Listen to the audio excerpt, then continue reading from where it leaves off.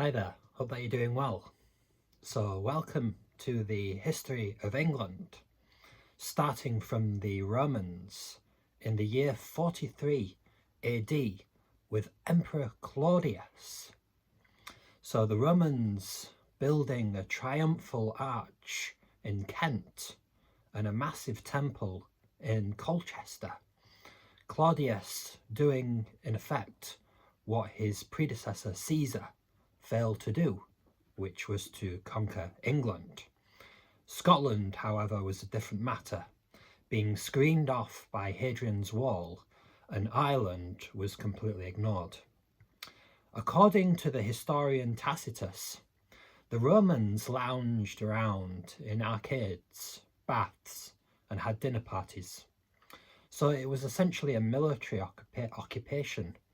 Things imploded when they left around the year 408 to 410 AD. The economy collapsing, the cities emptied, and the fine Roman roads went into decay. The Anglo-Saxons taking the word strata for paved road, which then became street. Some years later, around 590 AD, Pope Gregory saw two men at a Roman slave market, calling them angels, not angles. So Bishop Augustine was later sent to England and to become Archbishop of Canterbury. He converted the King Ethelbert, to Christianity in the year 610. So the king proceeded to set down the law of the land, which included 12 shillings for cutting off an ear, 50 shillings a fine for knocking out an eye, 12 shillings for having it off with a nobleman's wife, but only 6 shillings for a commoner's wife. England at this time was still divided between various separate kingdoms, Wessex being the most powerful, Mercia, Northumbria, East Anglia, Sussex, and Kent. So the church went to work eliminating the pagans. The last pagan king, King Penda of Mercia, dying in 655. At the Synod of Whitby in 663, Bishop Wilfred posed the question, who holds the keys to heaven? The answer was, of course, St. Peter, patron of Rome. This led to an influx of Christian soldiers, led by a Greek, Theodore of Tassos, and an African, Adrian of Canterbury. Alcuin of York became Charlemagne's most trusted advisor, advising the first Holy Roman Emperor on the restoration of the empire in the year 800. By the end of the 8th century, England had expanded into Northumberland.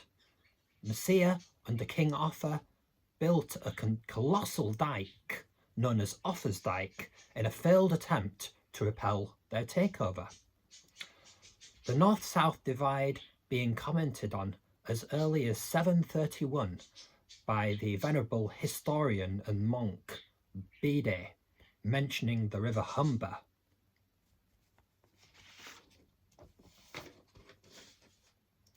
The church recognised the north-south divide by having two archbishops, one of Canterbury and the other of York. The Viking raids began in the year 840 at Southampton and 842 in London. King Alfred was forced to go on the run, later signing a peace treaty with Danish leader Guthrum following victory at the Battle of Edington in the year 878. The first great national epic tale, Beowulf, is written at this time, signifying Alfred's united England based on a Scandinavian Anglo-Saxon heritage. In 937, King Athelstan defeated the Scottish king, and coins proclaimed him King of Britain. As soon as Athelstan died, the Vikings retook York, Northumberland, and 5 boroughs, the kingdom being divided between the brother kings, Eadwig in the south and Edgar in the north. Danelaw meant the Vikings could be ruled according to their own language, laws and customs, and this was to lead unto England becoming a Danish colony by the year 975.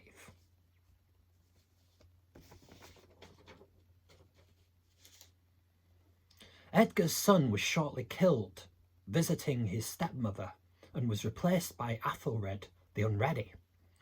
Apparently unready meant badly advised. Maybe someone had a word with Athelred, saying he wasn't so great at this being a king business, to which he replied, "It's not my fault, I'm just badly advised." The Vikings sensed opportunity, so more came, incentivised by Danegeld, to make them go away, which had the reverse effect. The more Danegeld they were paid, the more came.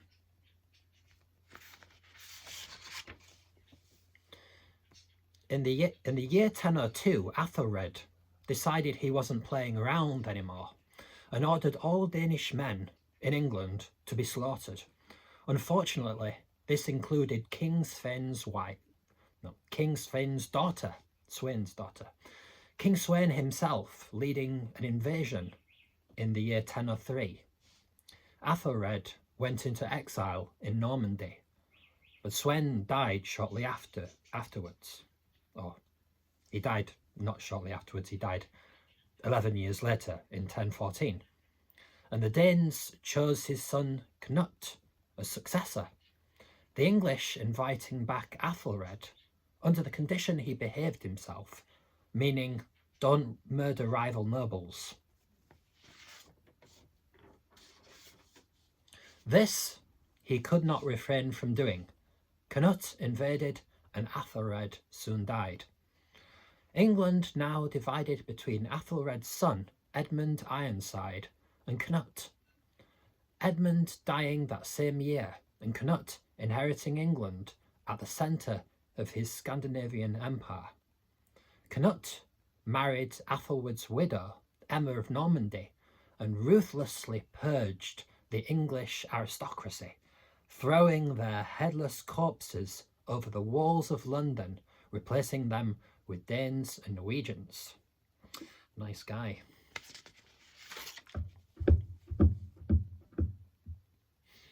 Knut, however, promised to abide by Edgar's laws, but unlike Edgar, he applied them to everyone in the realm, so no special treatment for the Danes then.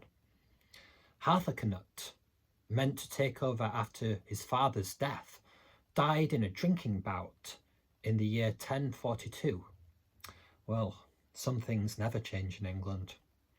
Edward the Confessor took the crown. Now Edward's lack of an heir meant that a load of promises were made as to who would assume the crown after Edward. One of these being the Duke of Normandy, later to be known as William the Conqueror. When Edward eventually died, Harold, despite having no blood claim to the throne, was crowned by the Danes, being the great warlord of the south. As Harold awaited William's invasion, Harold Hardrada and the Norwegians joined Tostig in the north, marching south, taking York from the northern Earls Morcar and Edwin. Harold raced north and ambushed them, killing both Tostig and Hardrada. William arrived 3 days later, ravaging the south. Harold having no choice but to march his exhausted troops down south to face William at Stamford Bridge. Harold himself receiving an arrow to the eye before being hacked to pieces at the Battle of Hastings in 1066.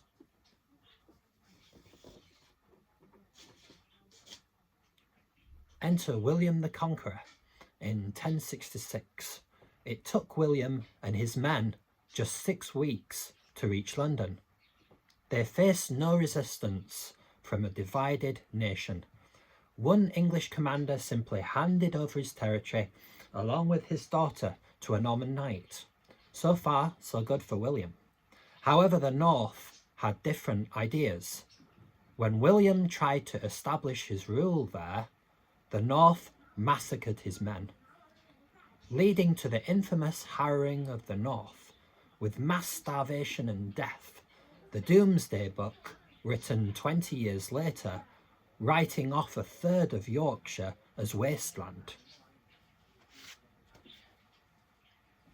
In 1075, Earl Waltheof of Northumberland, the last standing Englishman, of real power anyway, was invited to join a rebellion.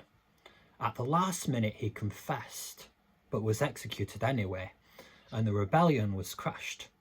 The English warrior elite, with the help of William, fled to fight for the Byzantine Empire. William, having seen off any willing adversaries, proceeded to reward his allies handsomely. By his death, only around 5% of property was owned by the English, by the Anglo-Saxons. William died after a nasty fall from a horse in the year 1087, suffering a ruptured abdomen, his corpse causing a vile stench thereafterwards. Rufus, William's second son, raced across the Channel to assume the crown, and the nobles, who wished for a smooth transition, agreed. Rufus mainly used England as a cash cow to raise revenue for attempts to conquer Normandy, and was killed by an arrow whilst hunting in 1060. His brother Henry, that can be right, not 1160, sorry. His brother Henry abandoned the corpse to claim the throne for himself. Henry knew that his older brother Robert would be forthcoming to contest his claim, so he quickly married Matilda and preserved the last surviving link to the royal line of Wessex. When Robert duly invaded, Henry was able to mobilise the natives and Robert backed down. However, disaster was to strike when on the 25th of November 1120, Henry's son Prince Adelin perished on the White Ship during a storm along with a band of aristocrats.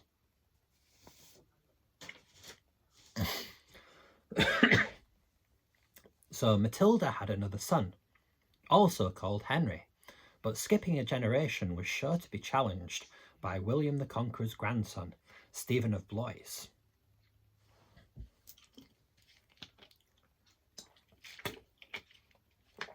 In 1135, Geoffrey of Monmouth, an influential writer, created the myth of King Arthur to justify rule by a non-English king whose first duty was to avoid civil war breaking out. On the 25th of November 1135, 15 years to the day after his son perished, Henry I also died after eating lampreys being eels, but without the jelly, I presume, or the mash, or the mashed potato, which is a staple in the East End of London, jellied eels and mash. So replaced by the much maligned Stephen of Blois, fending off rival claims of Matilda, Henry's daughter, and her son, Henry of Plantagenet. Stephen promised London its own assembly, which to the Norman elite was a sign of weakness, which didn't ardour well for things to come. That being defeat by the Welsh in Crug Moor in 1136, followed by Scottish overtures into Yorkshire before being repelled at the Battle of the Standard. This led to the creation of Marcher Lords. The Marcher Lords were trusted with holding or extended disputed frontiers, were permanently semi-mobilised, ready to go into battle at a moment's notice. In 1139, France invaded, and years of civil war ensued, and only the French king's wife Eleanor of Aquitaine, dumping the King of France. She dumped the King of France, branding him a monk, not a king, and marrying the warrior-like 19-year-old Henry of Anjou. There was no resistance, and Stephen agreed to hand over the throne to Henry, dying within a year.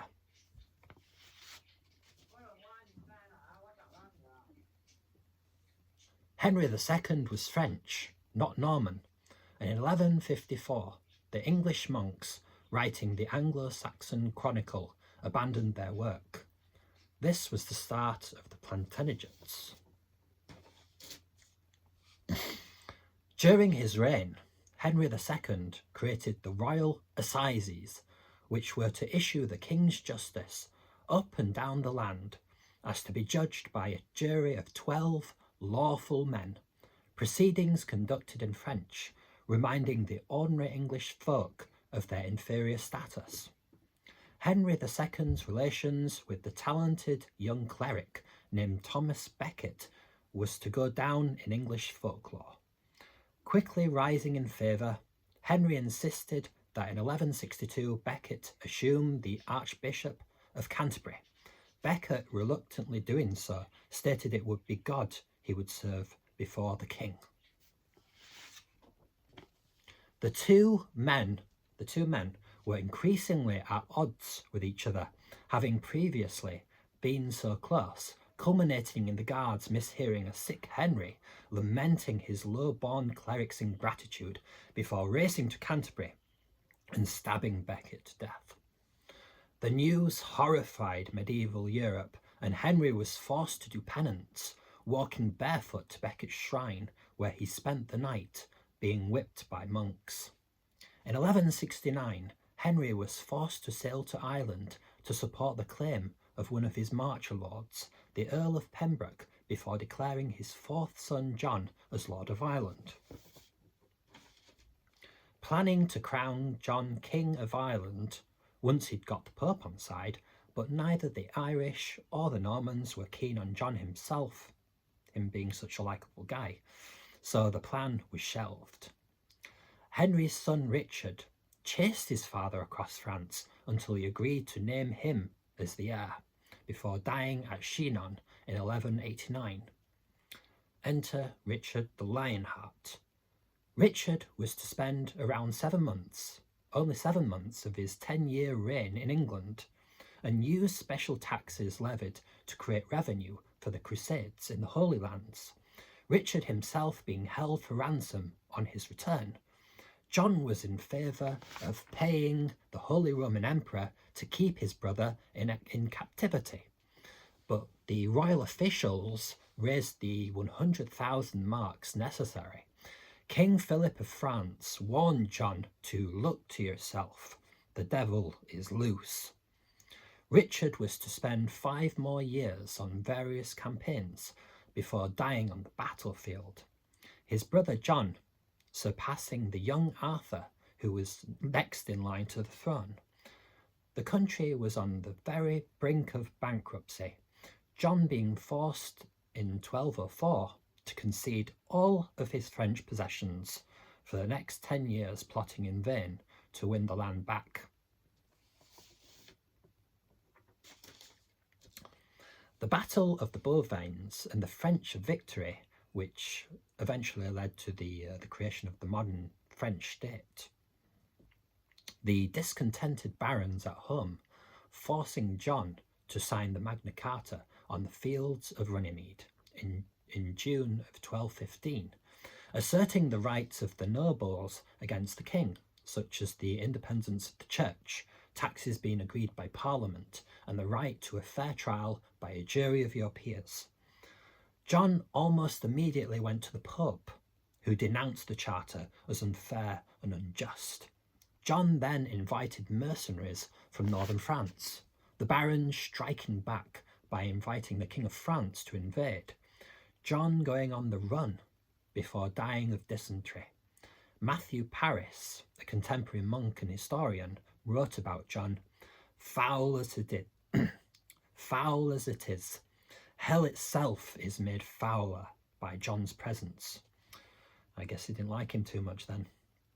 John's son Henry was only 9 years old, his throne being salvaged by Louis's defeat in Lincoln. England, however, became more French, the building of a new Westminster Abbey in 1245 modelled on the latest French cathedrals. Civil war soon broke out, being rival groups of Frenchmen. The English-born Frenchmen, led by Simon de Montfort, forced Henry to agree to the provisions of Oxford in 1258, being read out in English as well as French. This stated that the king was subject to a council of 15 and that Parliament was to meet 3 times a year. Henry soon reneged on this agreement, leading to war and his capture, along with his son and heir, Prince Edward, after the Battle of Lewes. De Montfort allowed Henry to remain king, but as news came of Prince Edward's escape, and supported by nobles who deeply resented de Montfort's populist tendencies, he was quickly set upon in the battlefield and hacked to pieces, and virtually all of his followers were annihilated.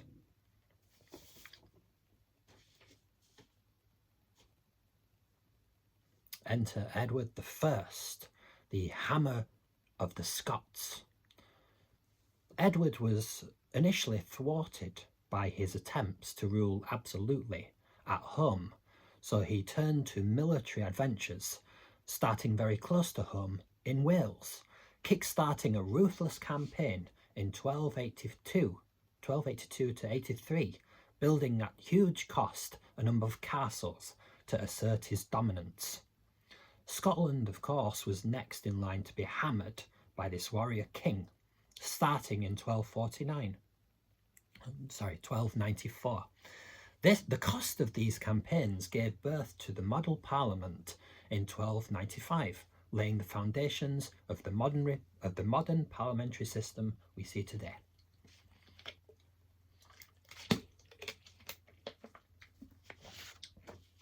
The war with the Scots dragged on for over a decade.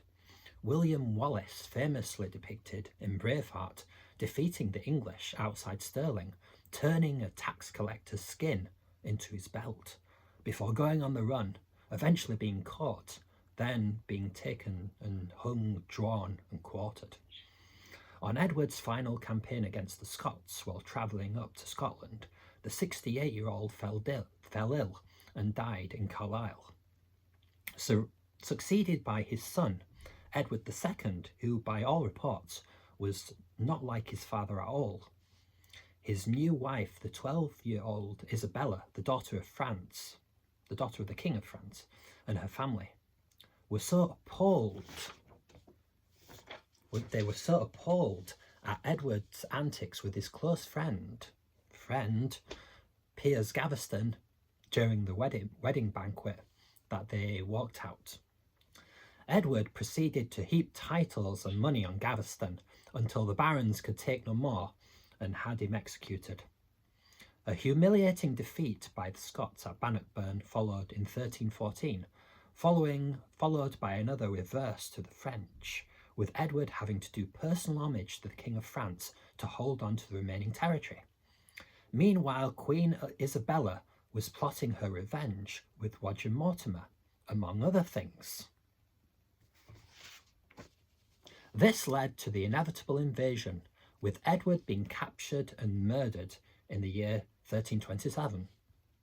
This left Isabella and Mortimer as de facto rulers until the 17-year-old heir, also called Edward, ordered Mortimer to be executed and his mother Isabella to be sent into a comfortable exile at Castle Rising in Norfolk. Edward III was to prove as unlike his predecessor, Edward II, as Edward II was unlike Edward I, meaning he was more like his grandfather than his father. He was a warrior king. So having agreed to a truce with the Scots in 1346 and winning a naval battle against the French at Sluys in 1340.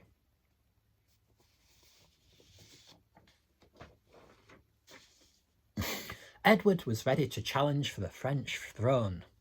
The English longbowmen routing the French cavalry at Crécy in 1346, and his son the Black Prince repeating the feat at Poitiers in 1356. In 1348, however, the Great Plague swept through the land, Bristol losing 40% of its population in a matter of weeks. So if you caught the plague, you would have these huge boils growing on your face and your neck and elsewhere, it only being a matter of a day or two until you died an excruciating death. At the end of the fourth epidemic, the population had halved and wouldn't recover for around 200 years. However, if you managed to not get the plague, you would probably emerge better off due to the abundant land and lack of people available to keep down wages. So a new rural middle class emerged, and even the poorest rose due to higher wages. Wage controls were attempted but unsuccessful, and peasant farmers could lease lands from aristocrats who couldn't afford to pay them cash. This led to the rise of legal documents to record inheritances, new tenancies and land leases, now after more than 3 centuries of being brutally suppressed. The ordinary English folk were starting to believe. A new dawn. So a lot was happening in mid-14th century England. The 100 Years' War in France, the Great Plague, along with the great social changes, the changes in the upheaval to the social order. A lack of farmhands saw a shift to sheep rearing, wool becoming so crucial to the economy that the Lord Chancellor sat on a woolsack to remind him where his loyalties were. The church came under increasing scrutiny as John Wycliffe and his followers, known as the Lollards, challenged the authority of Rome. Wycliffe himself producing the first English translation of the Bible.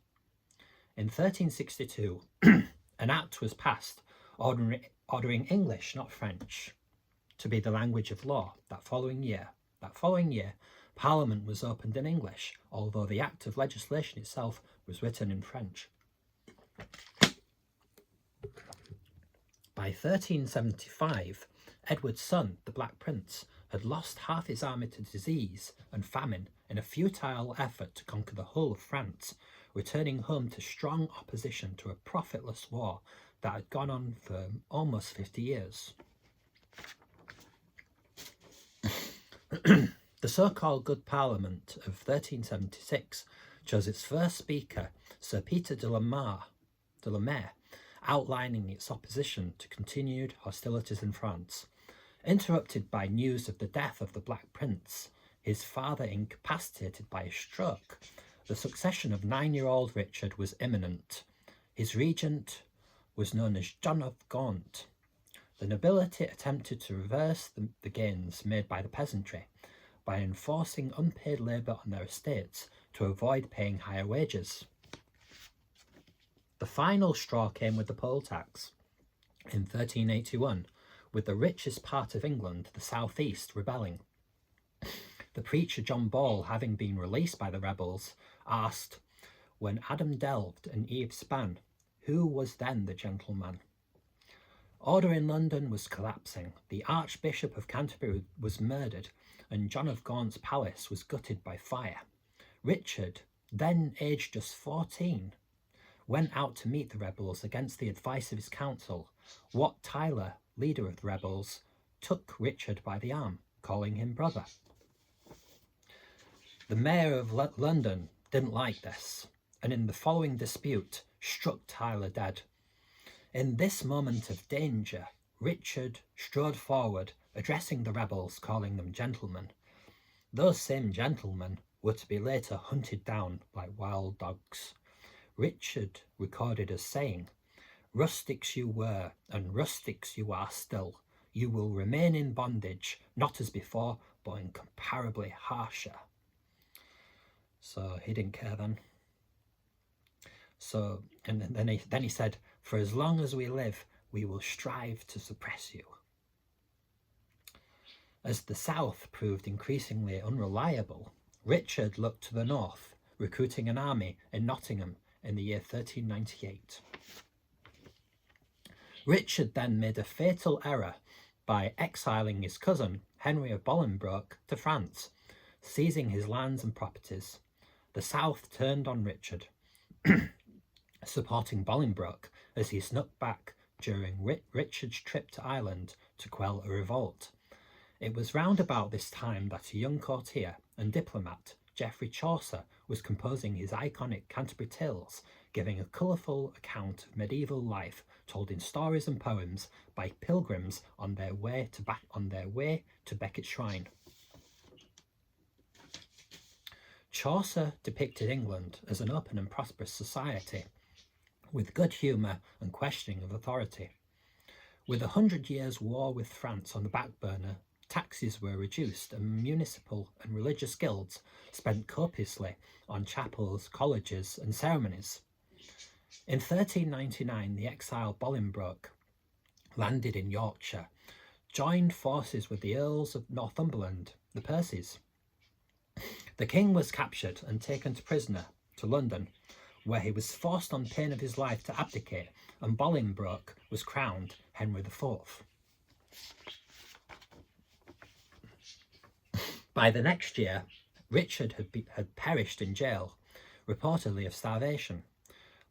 Illegitimacy haunted Henry's reign, later themed by Shakespeare's historical plays of the period. Henry was sickening and obsessed with plots against his throne. The charismatic Welsh landowner Owen Glendower, calling on the Welsh to rebel, having won support from the Earls of the March and from Henry Hotspur Percy, who was rejected from the King's Council despite his support coming from the Northumberland clan for toppling Richard II, the previous monarch. In 1408, Percy went to join Glendower, but was wayheld by the king himself, later dying on the battlefield. The Welsh revolt carried on for 7 more years before falling to Henry V in 1409. In 1406, having defeated the plots to divide England up at the behest of the Welsh and the French, the House of Lords and Commons sat for a record 139 days and forced the king to subject his household income expenditure to inspection. Henry tried to fight back by reigniting the war with France, but this proved an abject failure.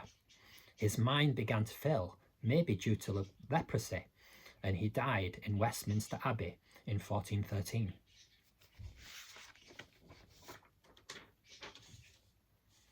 Henry V, the warrior king. An enthusiastic parliament raised funds for another attempt to gain the French throne in the year 1413. The initial siege of Harfleur was a disaster, a third of the army dying of dysentery.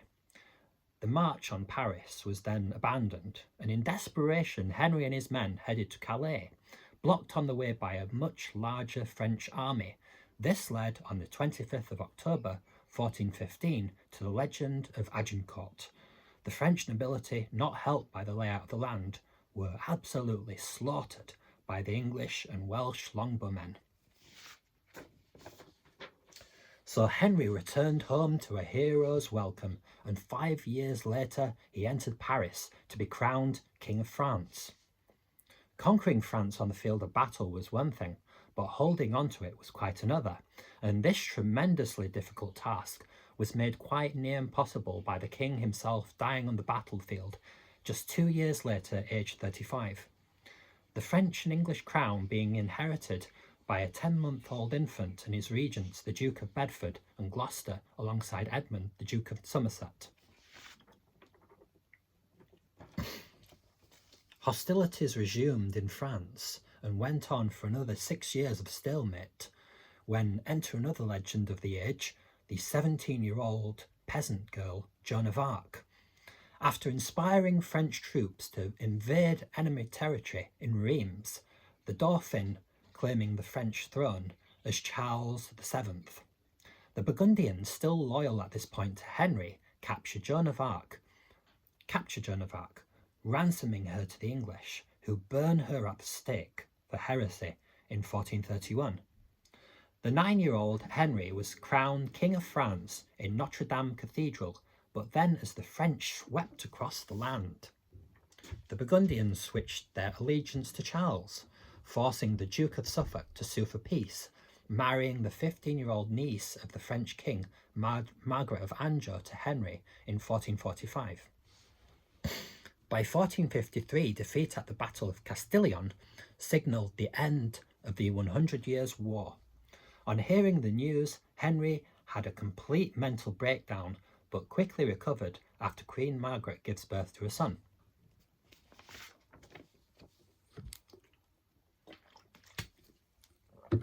Queen Margaret facilitated the return of the Duke of Somerset to power on behalf of the king. His rivals York and Warwick marched on London to challenge this, but Somerset, being killed in battle on the streets of St Albans, first blood to York in the War of the Roses.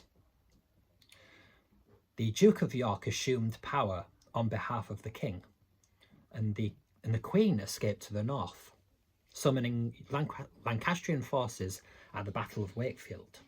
The Duke of York then being killed, and his head being placed by Margaret on the gates of York, along with the paper crown.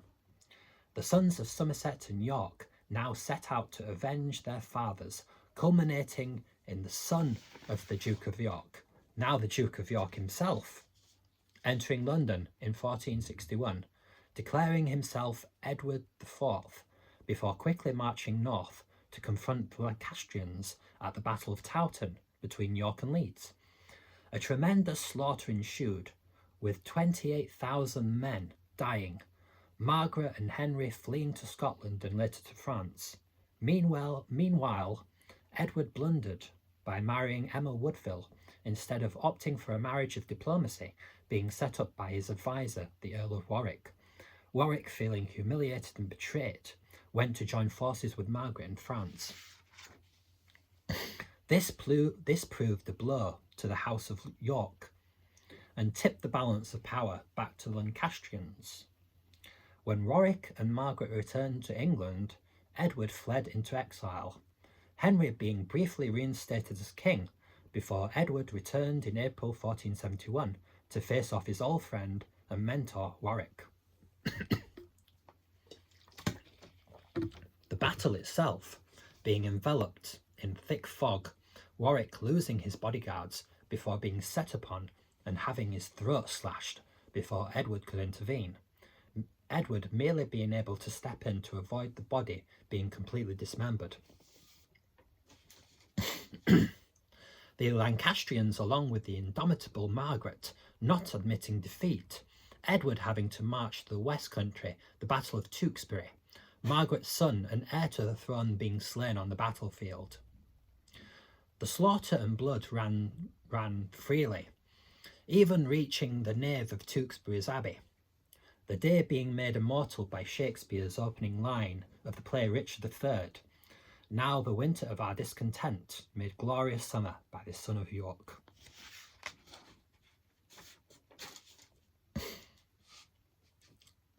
Edward IV's 19-year-old brother, Richard, Duke of Gloucester, married the dead prince's widow, uniting the Marcher estates of Gloucester with the Nevilles in the Midlands, becoming successor to the Earl of Warwick.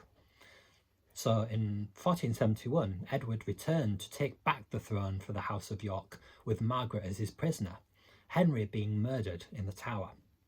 A revival of the chivalry of Edward's predecessor ensured, with the Garter ceremony restored, a magnificent St. George's Chapel built at Windsor, as well as a library being formed, with the King inviting Caxton to London in 1476 to produce the first printed editions of the Canterbury Tales and Malory's Morte d'Arthur.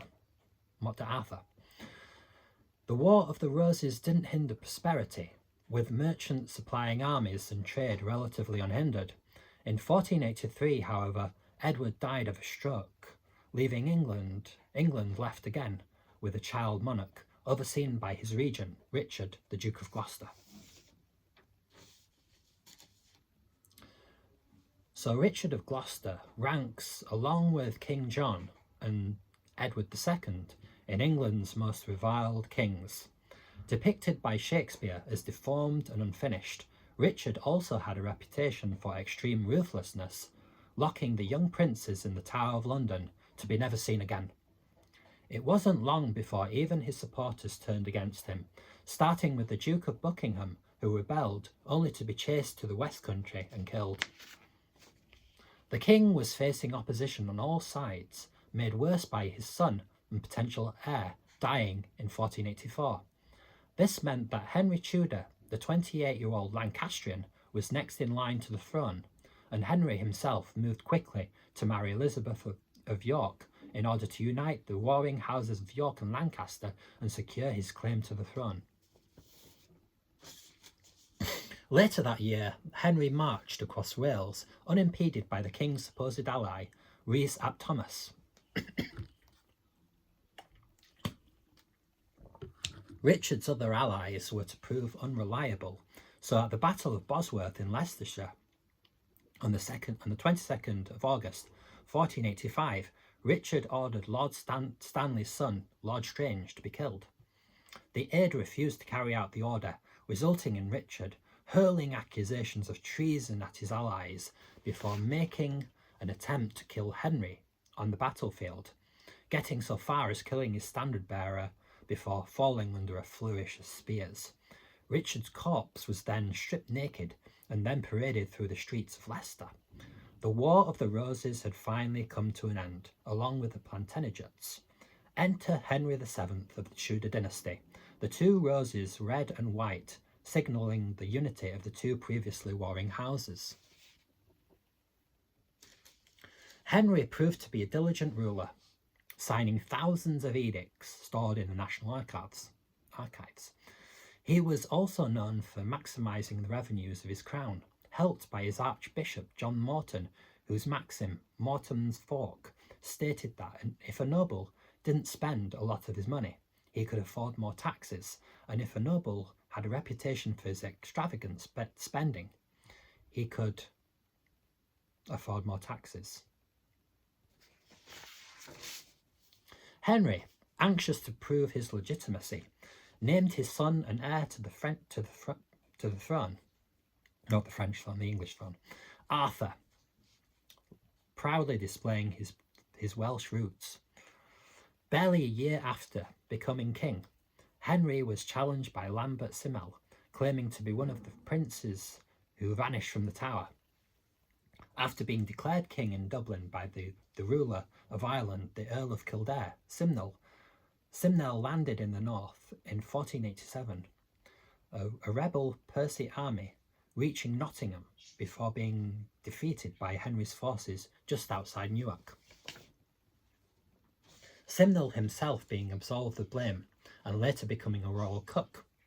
4 years later, though, another pretender received no such leniency.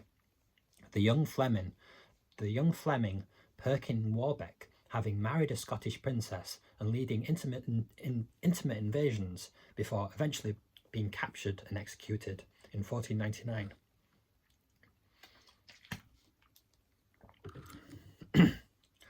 After the burning of his palace at Sheen on the Thames, Henry built a new one, renamed after his old Yorkshire title and seat of Richmond. The palace was built in the Flemish style, made entirely out of brick, with towers, pinnacles and bay window galleries overlooking the river.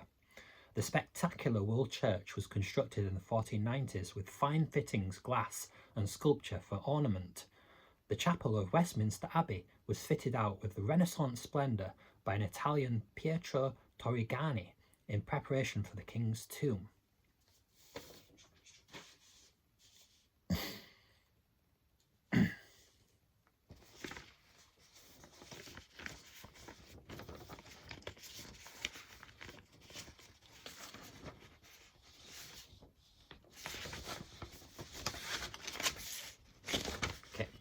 Henry VIII.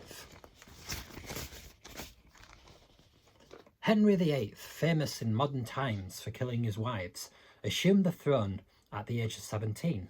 The young man had many talents, being skilled at riding, jousting, poetry and music, but he cared little for administration, being helped by his father, leaving an ample inheritance, allowing Henry to virtually ignore Parliament. Henry's first act was to marry his brother's widow, Catherine of Aragon, on the grounds that the previous marriage hadn't been consummated with Arthur. The marriage appeared to be a happy one. However, after 20 years and the lack of a male heir, Henry grew restless. Henry's chief advisor, a butcher's son from Ipswich, Thomas Wolsey, assumed the responsibility of leading the council, having been chosen on merit instead of high rank. Henry sent an army under the Marquis of Dorset across the Channel to France, only to return defeated. A year later, Henry himself went to France along with German mercenaries and seized the town of Tournai and was paid a fee to leave, a continual subsidy to go away. At home, the Scots saw an opportunity to reassert their independence with a raid into Northumberland, ending a terrible slaughter. The King of Scotland, James IV, being killed in battle, and Scotland being left with an infant king, with the 17-month-old James V were in a much weaker position. Wolsey quickly rose to become Chancellor in 1515 as well as Cardinal.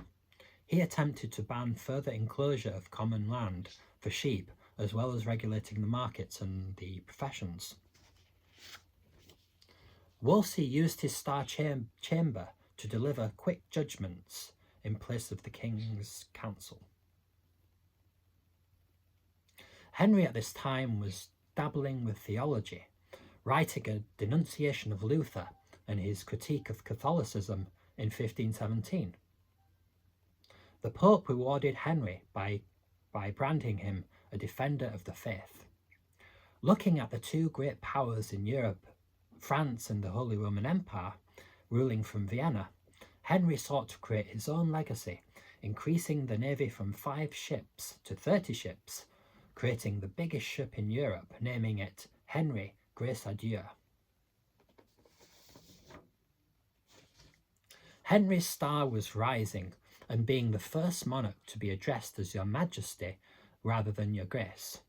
At the extravagant summit, the Field of Cloth of Gold in Guines, France. The king and Wolsey, however, were soon floundering on the rocks of diplomacy and were stuck playing both sides of the conflict between the Habsburg Charles V and Francois of France. The close relationship between Henry and his chancellor soured, leading to Wolsey claiming exemption from the law and Henry asserting his right to rule unrestrained. Wolsey was quickly gaining enemies, focusing increasingly on his abundant wealth along with his great palace at Hampton Court, which became a source of envy for the many who sought his demise. The king had other worries, the chief concern being to secure a male heir. Anne Boleyn attracted the king's affections, but would have no intimate relations with him while he was still married. In the meantime, Henry was a changed man, rapidly becoming obese following a bad injury received to his leg while jousting. Henry's temper was legendarily explosive, saying, "I never spared man in my anger, nor woman in my lust." Wolsey failed to secure an annulment of the king's marriage to Catherine, made harsher by the Pope's imprisonment at the behest of Catherine's nephew, the Habsburg Charles V. So Henry, on being married to Catherine, argued that his father argued that the previous marriage to Arthur hadn't been consummated. But now Henry wants to get it annulled due to a lack of a male heir. Henry is arguing that the marriage in fact had been consummated, so he could annul the marriage. So Wolsey, having failed to annul the marriage, quickly fell from favour, being stripped of his palaces and titles and arrested in 1529 and dying on his way to the Tower, lamenting, "If I had served God as diligently as I have done the king, he would not have given me over in my grey hairs." Wolsey being replaced by Sir Thomas More, Henry now seeking revenge against the church, in 1529 recalling Parliament to pass several measures against supposed clerical abuses. Later, Henry later banished his wife Catherine and her daughter from London. Henry threatened by Rome with excommunication unless he ended relations with the concubine Anne Boleyn, them calling Anne a concubine. Henry responded by removing 95% of subsidies to Rome coming from English churches.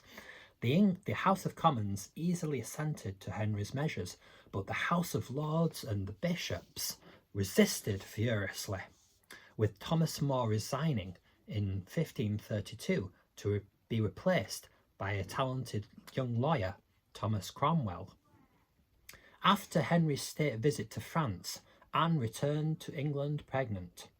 Henry married her shortly afterwards, with yet another Thomas Cranmer, being appointed Archbishop of Canterbury, and he was to become the focal point of the English Reformation. So, key figure then. In September 1533, Anne gave birth to a daughter, Elizabeth. To Henry, this was an unmitigated disaster.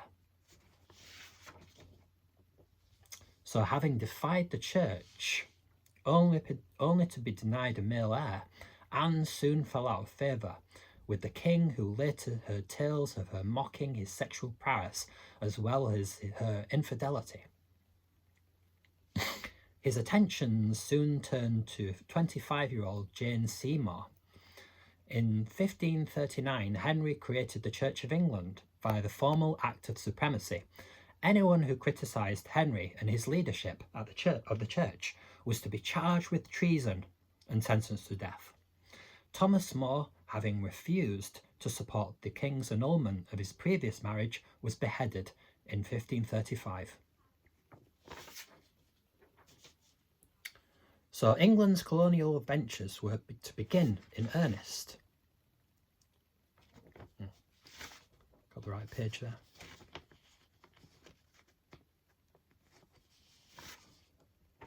Oops. Never mind. So the following year, the Chancellor Thomas Cromwell began the raid on monasteries, yielding the crown almost £1 million.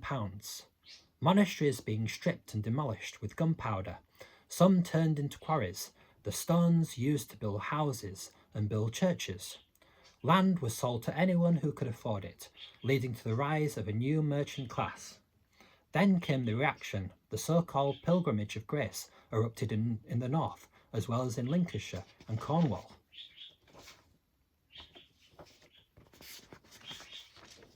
Many devout Catholics were distressed at the religious upheaval.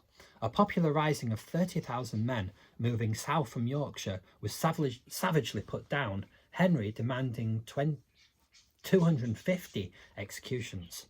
A version of William Tyndale's English language Bible, published secretly in 1526, was then distributed to churches across England. At the same time, Anne Boleyn was condemned to be beheaded in May 1536, the execution being delayed by her bequest to be beheaded in the French manner, with a sword rather than an axe.